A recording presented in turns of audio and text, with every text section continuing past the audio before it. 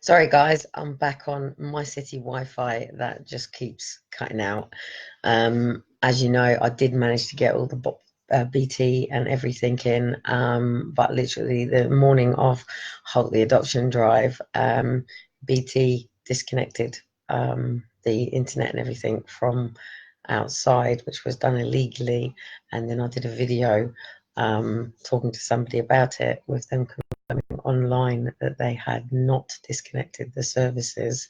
So I issued a complaint against this being done, which was then dropped. And then I rang BT back to say, why has my complaint not been upheld? And what is going on with why they disconnect my services? So anyway, this is all bills paid, not a freaking problem. Had my bill coming up. It wasn't even due. In fact, I've just been able to use my payment for BT for Christmas, which was actually quite nice because literally on the phone, I did say to them, I find it very, very, very interesting that BT was initially set up by Maggie Thatcher, who was best friends of, obviously, as we know, Jimmy Savile. So I said, being that you seem to have some form of access to my services, is there any chance that BT happens to be connected to the Savile and Epstein? And is this why you keep sort of unlawfully disconnecting my services? So anyway, they disconnected my full services within 3 hours. Like literally, I went over to the church and I saw three wagons down the bottom. And when I come back from the church, all my services were completely disconnected. And they've sent me a telegram with a fee of £350 for disconnection and breach of contract. Interesting, hey? So my focus of this year, by the way, is this little cupboard behind me. And for many reasons, because I have another page called Kelly Cotton, it's all connected. Because as you know, I have a connective tissue disorder, which is the foundations for why I have had the services in my life in the first place. Because when parents have children with physical conditions, then they fight their ass off at school for their child to be living and at school as best as they can without getting detentions and ups inside their heads and being told that, you know, these conditions aren't real. In the education system, you used to have two divides. You used to go to a special needs school or you went to a normal comprehensive school, or obviously then private school, but people didn't really know about that world because we were so divided, you know, and kept so separate that, you know, you wouldn't really know much about that world really. So it really was either if you had a physical condition, you went to a special learning school or into an institution. So obviously if you had Downs, what we know to be autism, any of these things, you would be into an intuition. So anyway, sorry, Rebecca was just saying hello again there. Sorry, completely. I might even get disconnected again. My internet might go down. So the challenge that we've got with these services is, how does somebody like me explain to all of these services what I can and can't do? And watching Angie's video, it was very interesting because she's now given up so many things because of this condition. And we have these things in this country. Well, actually, we won't have it anymore in Great Britain as from the 31st of January, because as you know, Brexit is meant to be seated on the 31st of January. But the point is, if somebody is born with a condition, does this country have a right to say, you're disabled, therefore you are not able to be part of society, you are not functional to society, and you serve no purpose to society? So basically take everybody that's got a physical condition, mental health, learning style, whatever, and throw them to the side and go, you're a load of rubbish, you're not worthy of anything, you're not suitable to anything, so therefore you're not a asset. to society. So go away. Go take your benefit money and go and take a couple of little things that can keeping you occupied. You've got all your hospital appointments and your doctor's appointments, and you know, you might be lucky to have someone come around and help you some meal prep, depending on the level of the severity of the condition that you have.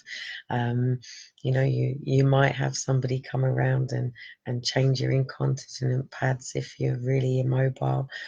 But unfortunately, what we really have in Great Britain is a lot of people sitting in shitty fucking nappies and clothes. A lot of people not able to care for their personal needs, who do have physical problems and mental health problems, who aren't able to look after themselves in terms of budgeting and paying for a bill and going to work and putting a roof over their heads. And these are people where their families, their friends, the medical people, and the services that are around them should be dealing with that within a private life. But the problem is when you live on a council environment, people get into, but they get that help, but they get this.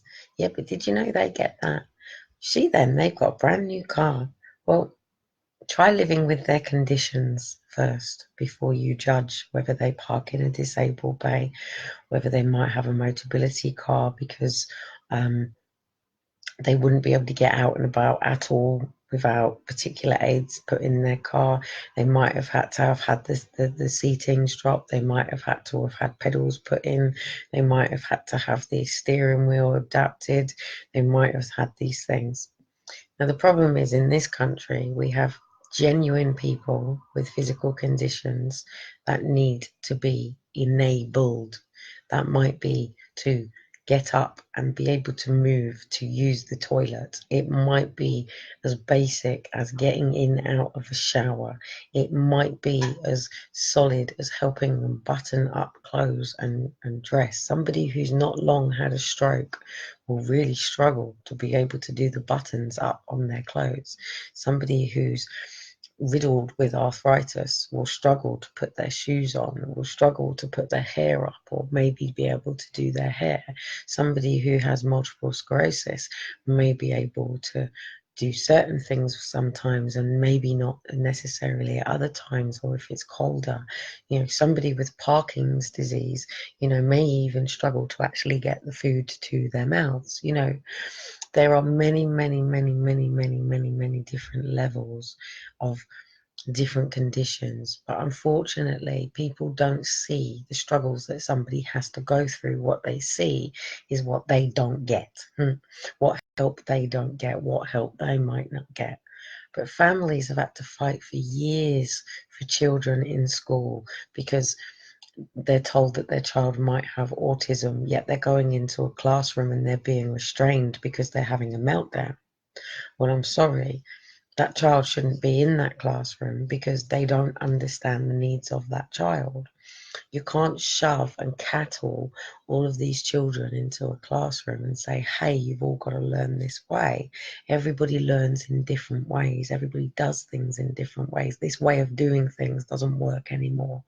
It doesn't work. It worked for the Industrial Revolution. It worked when we were at a point where government was trying to get buildings into place, enough properties for people, trying to get basic fundamentals into our countries. It worked when we needed everybody to be in the factories and getting things going. And it worked when parents had to drop their kids off at school and make sure that all kids were basic in fundamental English, maths, science, and things like that. But the internet's advanced things way beyond you would get into school now.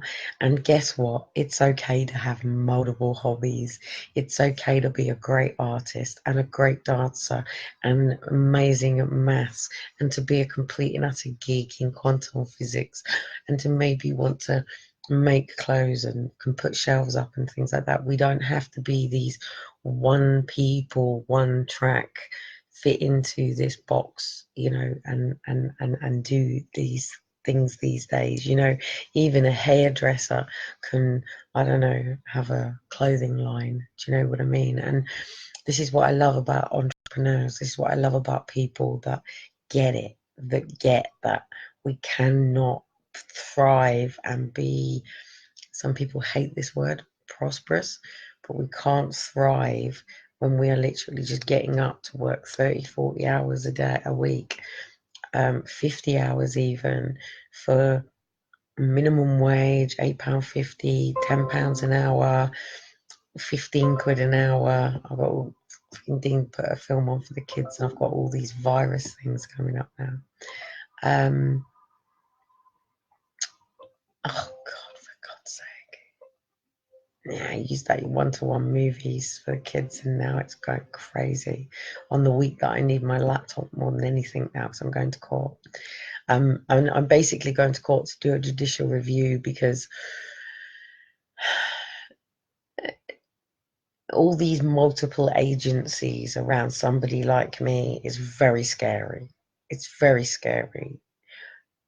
Even housing officers have the grounds to put you in the back of an ambulance and section you or have you removed by the police.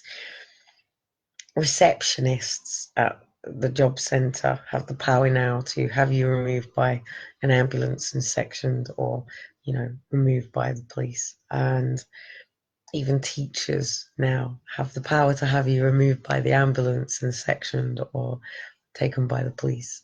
And this is pretty much all that happens in our country now. As long as you are subordinate, as long as you do as you're told, as long as you get up every day and go to your job and keep your rent paid or your mortgage paid, or and you keep things going, you don't ask for anything, you don't really do anything, anything's cool. Now, if you go to the doctors and you think there might be something wrong, they'll tell you it's not, and if it's not, it's left. We're not in a caring society. We're not in a world that cares. We're in a world that is so focused on trying to keep the roof above their heads and the food on the table and getting up to go to work and keeping that schedule to make sure that, you know, they can do that. Or for people on benefits, then it's just becomes depressing. You don't have a purpose, you don't have a schedule, you don't have a routine. You're banging your head against services trying to get things fixed because you're not an elite athlete. You know, you're not the director of some big fucking company. They're not interested in getting you fixed because you serve no fucking purpose. And that is really what we're up against. And this is why it's a case of, you're going to cost us this much money, so rather than give you the equality of being a parent, we will place your children with somebody who can do those jobs. Rather than do adjustments in your workplace for you, we will replace you with somebody that we don't need to do this for. Now, we're not allowed to have this in this country. People with disabilities are meant to have exactly the same equality as abled people. And gay, LGBT has more fucking rights in this world than somebody who wants to go to work but has to have a car parking space out the front, or maybe needs to have a footstool. Seriously, my computer is now getting spammed with this shit. You know, a child in school who is dyslexic and might need to do something in a different way, they have less rights now. less ways. You know, we're trying to fit so many different nationalities and so many different cultures into our workforces, into our schools here in Britain. I'm talking about now, you know, that the person at school that could really shine is missing out now. The person who's sitting at home on a sofa because the workforce won't enable somebody with any form of condition is being, you know, missed out on because they might be the vital piece. It just means that their desk might have to be organized in a different way. And yes, they can take so many loo breaks, or, you know, they might have to work from home a couple of days a week or something like that. You know, it people want the job done and they get this, but there's a lot of people that if we really were dealing with this system in the way that it should be doing, rather than people going below the threshold, we would be constantly working to enable people above the threshold. And if that means we have to discover something, like somebody might have a severed cord that's giving them pins and needles all over their hands, our NHS should be fixing these things. People shouldn't be on years to years waiting lists. People shouldn't be discovering what's wrong with them 36 years later. People shouldn't be going into A&E with, you know, desperate fucking challenges and being kicked home the next day because the bill has got to be paid by somebody.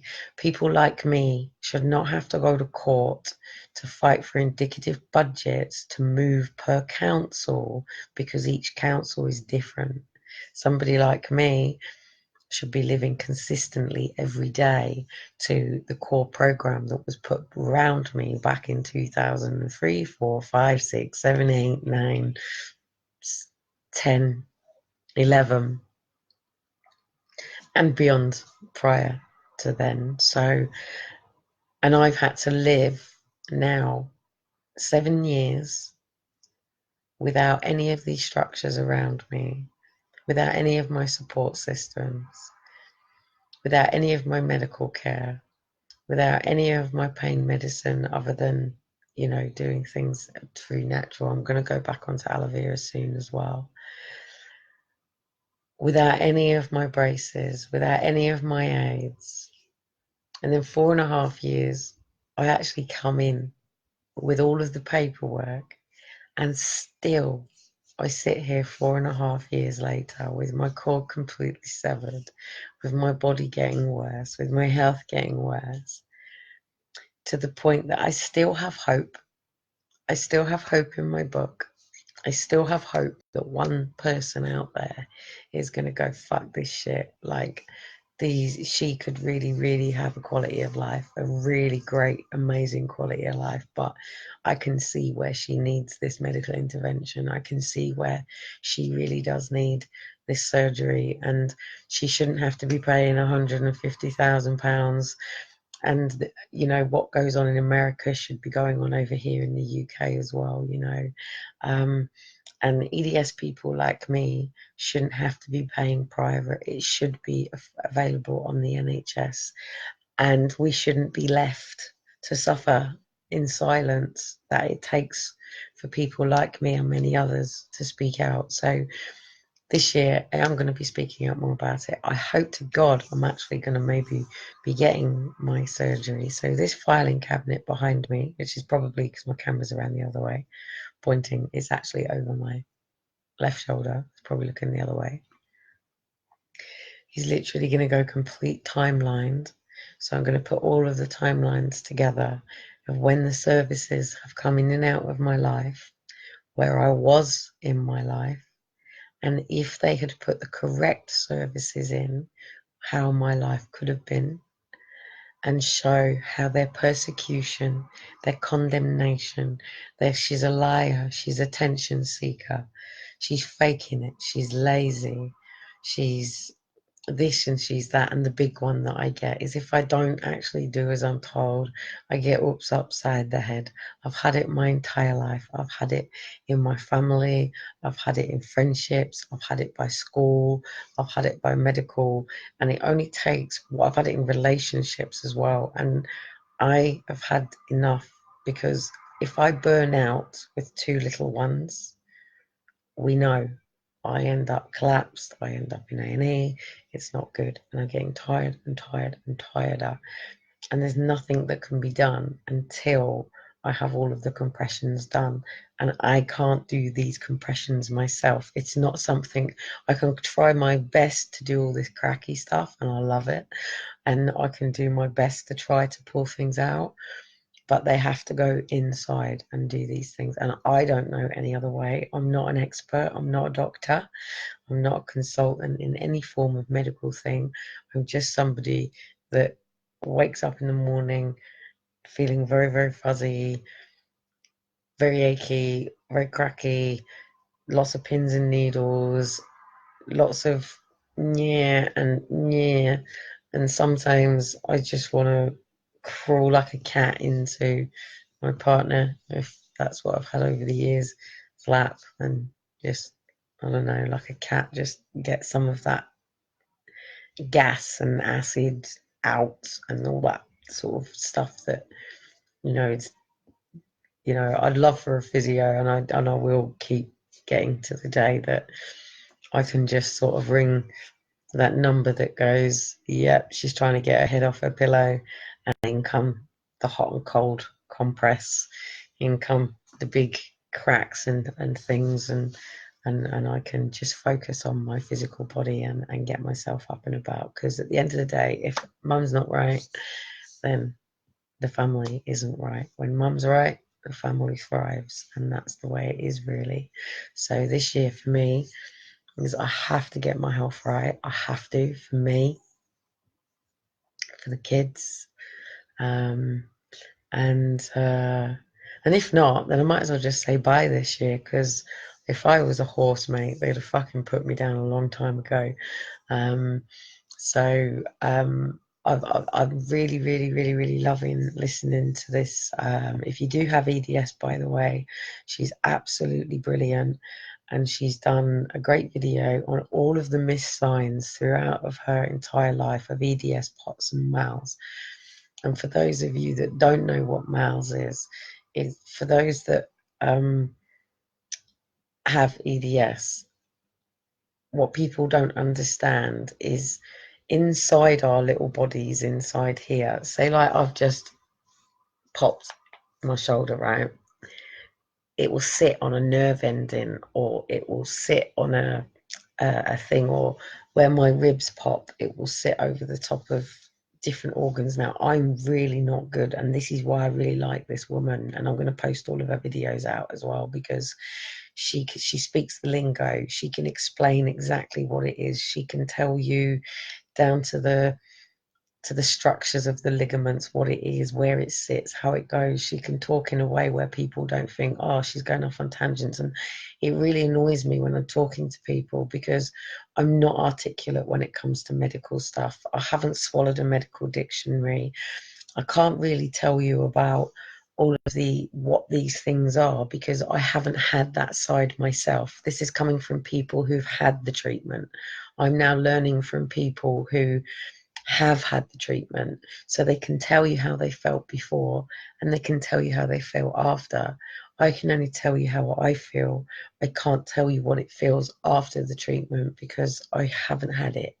I have been desperate for it, and I've nearly got there, but unfortunately the challenges with my life is I end up with different people in my life, different teams, different people around me, and I have to start again, and it gets very tiring.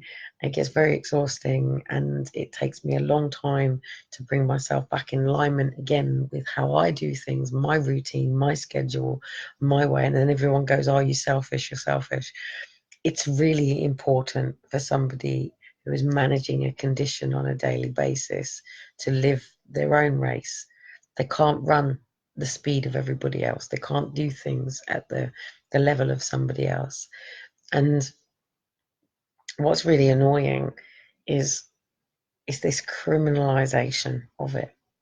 I took my medical notes to the job centre, as you know, last year.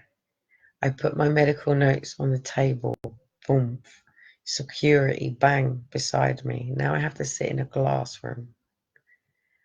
I now have to go back to the job centre, where I now have to go back in and go fit for work yet again, and sit in a glass room where somebody has the power to push a button that has me removed by the police if I raise my voice to any form, get any form of frustration, show any anxiety, have any form of meltdown.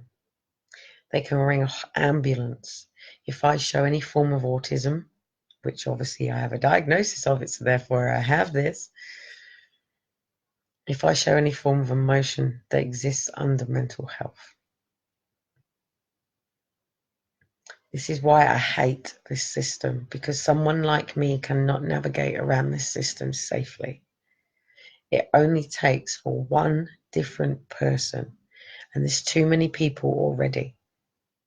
I won't see the same GP. I won't see the same consultants. I won't see the same receptionists. I won't see the same nurse. I won't see the same physios. I won't see the same this. I won't see the same that. Every appointment, these people will be different. I might get the consultant there if I'm lucky, but I'll know him by name on the paperwork, but I'll always see one of his juniors, or maybe one of his trainees, or maybe one of his other consultants, or I might get to see him for 5 minutes, 10 minutes, 15 minutes. This isn't a way to manage someone's condition. So all I have ever desperately tried to do as a person is be able to work, to be able to afford to manage this myself.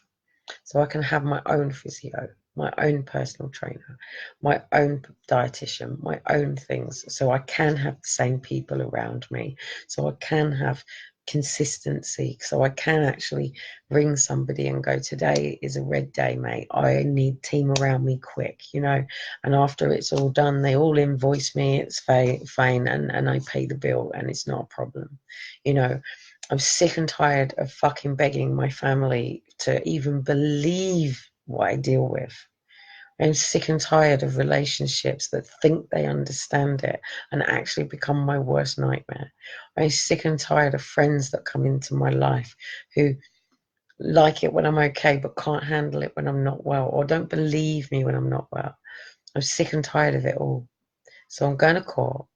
I'm getting that order that gets me the funding that I need to go and get whatever can be fixed, or understand what is that I can live with, that will prevent the persecution. In fact, what I'm going to do is going to be putting people in prison for 10 years. I'm going to set such a harsh statement, such a harsh message to say that this discrimination against people with physical condition has to stop. We have a hard time as it is. Sometimes we barely struggle to get our heads off the pillow. Sometimes we struggle getting dressed. Sometimes we even struggle to be able to provide basic needs in foods and stuff on a daily basis. Some days we have great days. Some days we don't have to struggle. See, now I've got all of these, are you sitting at home alone, pictures of fucking women popping all up my laptop, all because of a film of which they know this does this to my laptop. And they know I need my laptop back tomorrow, and they know I've got to do all this work. So I've got to put everything into a mainframe. There is also stuff that is missing from my paperwork because as a mother, it's very difficult to always attend appointments. There's been times when I've needed to go into A&E and I haven't had childcare, and I've stayed at home and I've rested. There's been times when I have really felt very ill, but the people around me are not listening, and I've had to cope with it and ride it out for a few weeks or a few days. But now I've had enough, and I'm not willing to allow for anybody in my life, be it my mum and my dad, be it my relationships, be it even my own children, be it these services. I'm not allowing for anyone to push me in the wrong direction anymore. Even my stuff is not set up ready for me for tomorrow. Tomorrow's a big day for somebody like me that always prepares for this time to make sure that, I can be a working person, provide my own income, provide a roof over my head, my medical bills and all of this stuff. And someone like me can't go into an office like everybody else and have that consistency every day. Oh, fuck me. Could you imagine me having to hold the fort from 9 to 5? Fuck's sake, I'd have collapsed by 2. Like literally having to work at their particular hours, breaking when they tell you, sitting for as long as they tell me to sit, standing up when I may stand. Like seriously, I'd be, I wouldn't last long at all. I've worked so long. I'm not saying, hey, I've never gone and done it. Of course I've gone and done it. And I know what exhausts me. I know what doesn't exhaust me. I know what I manage. I know what. Do you know what? The easiest thing that was for me once was taxi driving, because I got to stop the car, get out, have a break, get in a car. You know, it was short intervals, stop, blah blah blah. You know, and I found that quite easy for someone like me, to be honest. So, um, yeah, I'm I'm I'm really, really, really pushing now. I'm not in a situation to pay people, so I either, and it's a catch-22.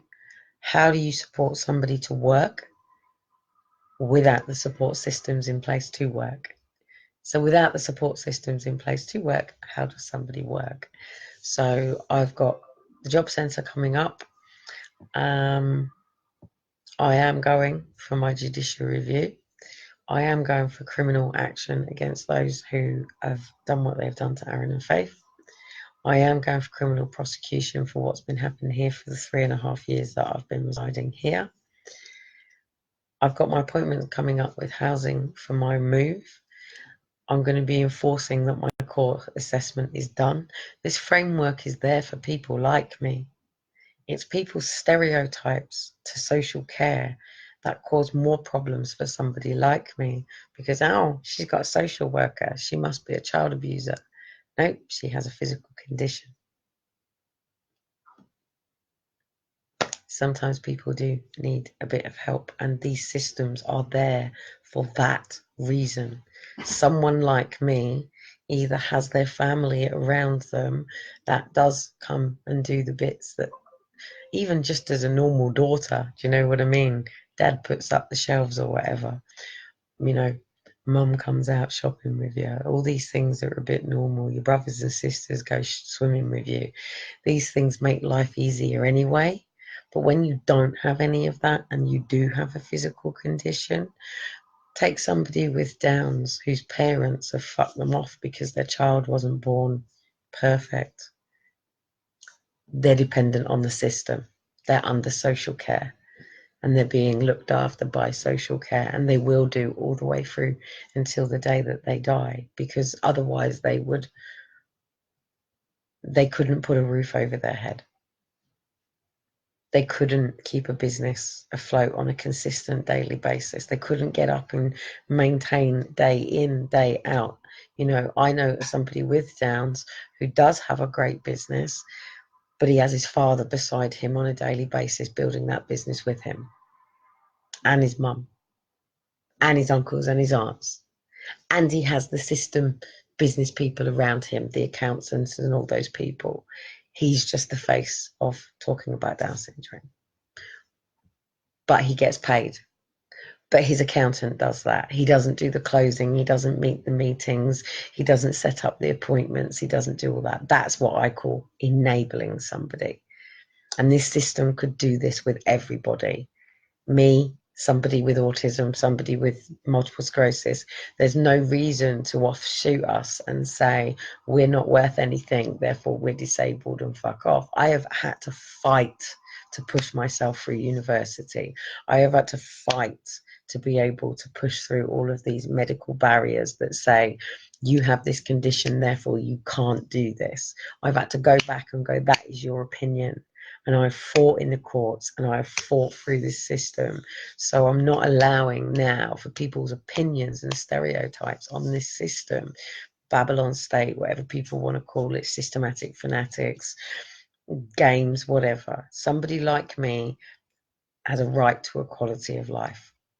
I deserve to be able to live to my best ability. I deserve to thrive. I deserve to have the gaps where I fall short because of my limitations bridged. They shouldn't be people having a go at me because of that. And particularly with somebody like me who has meltdowns, I need people around me who understand this. I'm not mad. I'm not crazy. I might have had the light on for a long time. This morning, I was not ready for the light. The light went on. I had a fucking meltdown with that light going on. Even now, struggling with the light sitting on, above me. I have to get these lights, done for somebody like me. They cause me too much aggro. So when I do have a meltdown, I need to feel safe around the people who are with me. I need to feel safe, whether it be my parents, my partner, friends, family, even the system, my social worker, whatever it may be. I don't have a social worker, but I have to feel safe that if I feel overloaded or if I'm, you know, needing to go on to a way of releasing, I don't need people who threaten violence around me. I certainly don't need people who want to call me mad and crazy around me. I certainly don't need people pointing fingers, and I certainly don't need people around me who wind it up and allow that to go on longer, sometimes up to hours, even days over the same thing. And I have a legal right to have advocates. I have legal rights to have support people around me.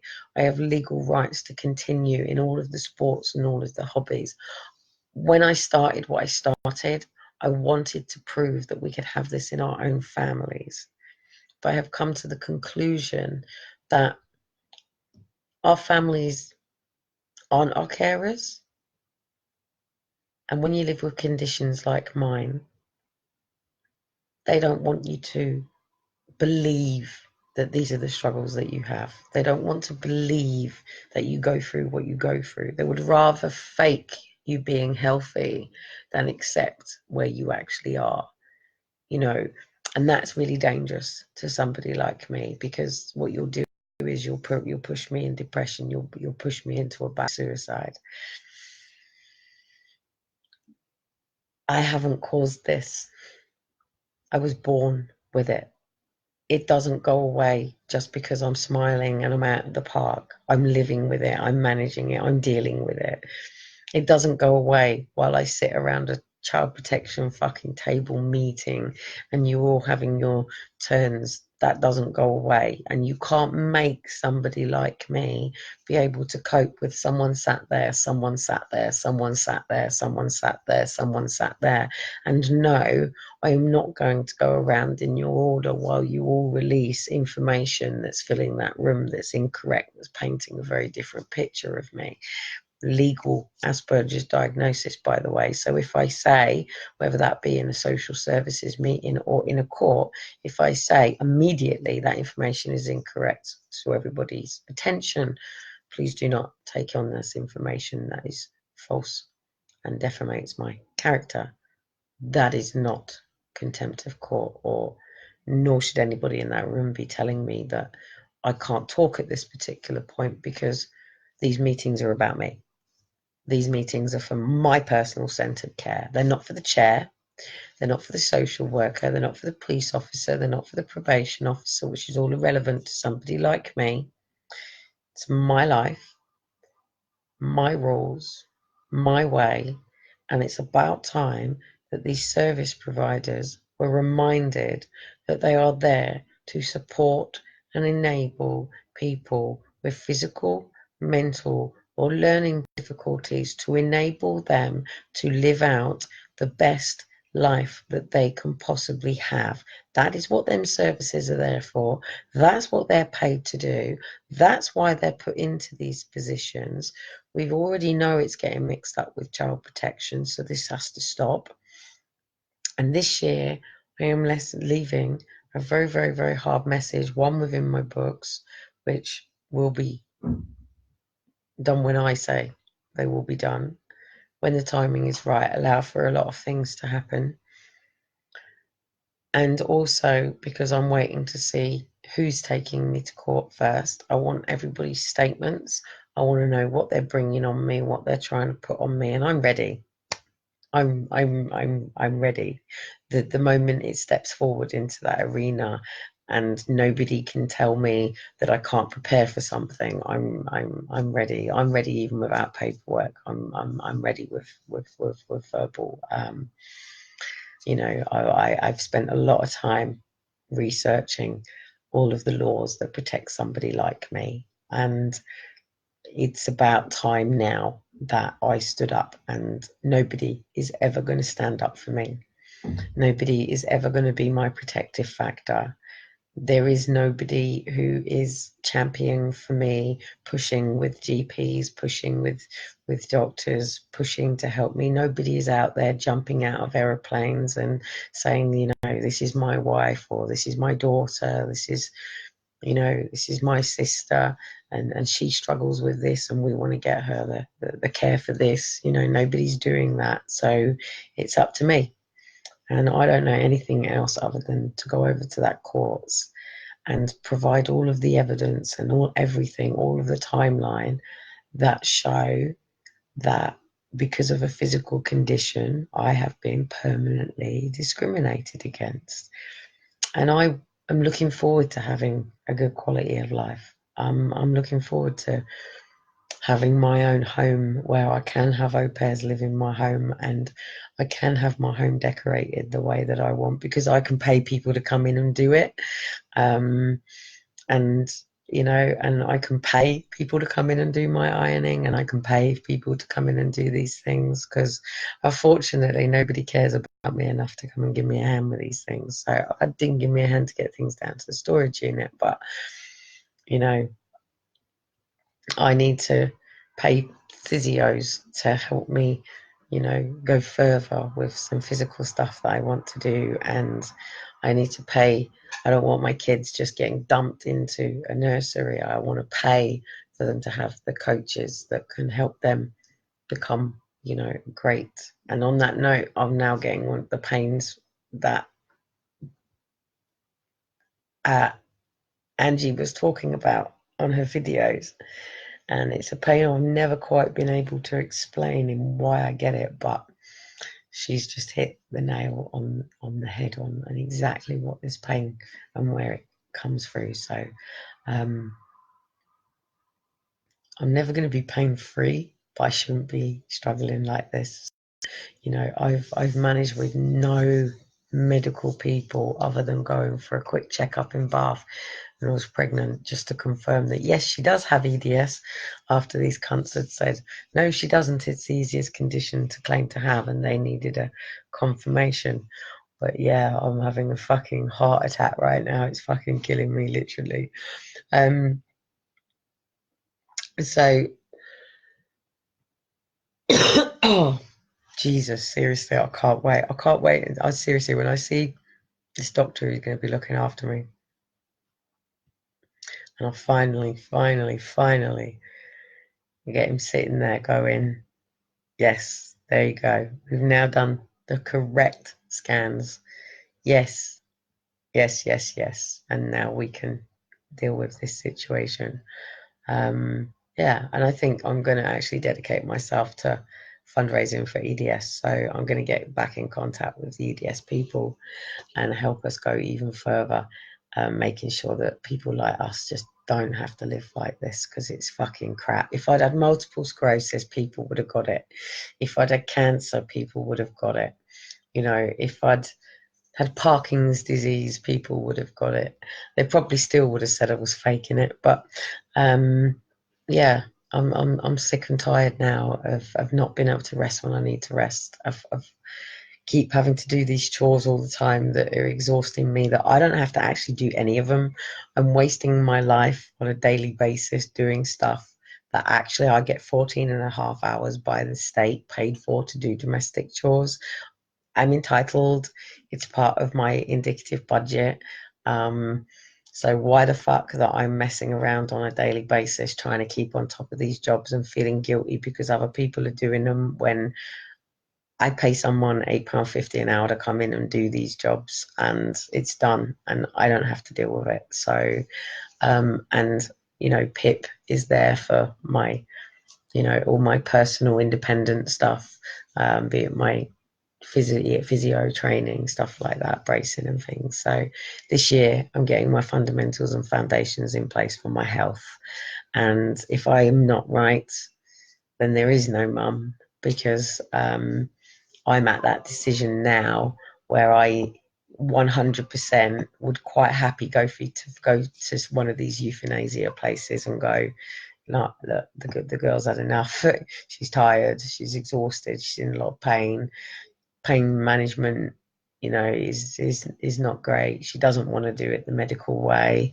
You know, I will have to have, you know, as soon as I go in the medical way, I will have to do things their way. It's not very nice. I don't like it. Not many EDS people do like it. But what choice have you got? because unless you're a specialist, how do you know what's the best for you? How do you know what the best treatments are and who to trust? So yeah, that's where it's up to for me, really. But right now, seriously, it's fucking stabbing me right in the middle of my back, underneath my ribs, and right in here. And I'm feeling a little bit breathless. So if you do want to know, I'm just going to literally just put the video at the bottom. And for those who have never heard of EDS or have heard of it and want to know a bit more, or like myself are struggling with signs and symptoms and you're not 100% sure and you're trying to get enough evidence to suss out what's going on, then I'm just literally going to post the video below now, which was the ones I've been catching up and watching. So yeah, for me, as I have done for goodness knows how many years, I've always prepared to make sure that by the 7th of January, I'm up on my feet running into the year. I don't have any support, so it's harder. And I know 100% that I can show you the difference when I do have the correct supports around me, because I've lived it. I know it. I know how it works. I know how to get the best out of me, and this ain't the way. Like I said, I'm wasting my time feeling shit for other people doing bits or rushing around trying to get ironing straight, dishes straight, hoovering. I don't do this stuff. The courts have already taken all of this stuff off me. It was the first thing they took off me straight away. They took all domestic chores off me. It was the first thing they did immediately, to take that pressure off. And then obviously straight into physio and training and help and food and things like that. So I need to get back to that place because I'm going to burn out big style soon. And I ain't willing to do that. So if you're following my channel still, you're going to see a lot of stuff on CBD oil. You're going to see a lot of stuff on natural healings. I haven't detoxed yet. I haven't got all of my stuff, and I still don't even have a juicer. So I'm going to have to try and get hold of Jason Vale and see if he will send me a juicer over, and he might do. He's nice enough to maybe send me a juicer, and I can do all of his. In fact, I do actually still own, I think, the big juicing thing. I'm not a challenge. I'm not sure. I might still have it. Have the page. So, but I'm going to do more and more research in line with the EDS health, and so I have to make a decision whether I'm going vegetarian or whether my auntie's right and I need to be a red meat eater. And literally now try and find a personal trainer who's willing to do a full MOT with me and literally run now through the end of this year into next year to see, if I really can make these improvements. And I've got to get my own life sorted, my own schedule sorted. I can't be dependent on people anymore. I'm just going to pay people. It's as simple as that. I just want to work, pay people, and then I don't have to beg and I desperately want someone to crack my ankles. It's as simple as that. And once I'm up in the morning and I'm right, then I can deal with everybody else, can't I? So that's my focus this year. I'm going to get my indicative budget back. So anyway, guys, I might see you on and off. Until I've got my phone back and I can do all the lives that I want to do with, obviously, following Elijah and Shiloh with their hobbies and talents and skills, me with my medical stuff I'm going to go and do. I really do want to talk to my doctor about journaling, coming back in, because people do more for you that way for some reason. If they're getting something out of it, they tend to do more for you. So if they're getting a note in your book, they tend to try to help you more.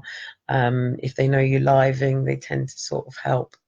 And then obviously my chiropractor. So I'm going to get hold of Angie and find out who she's seeing. So it still might be that I'm going off to America.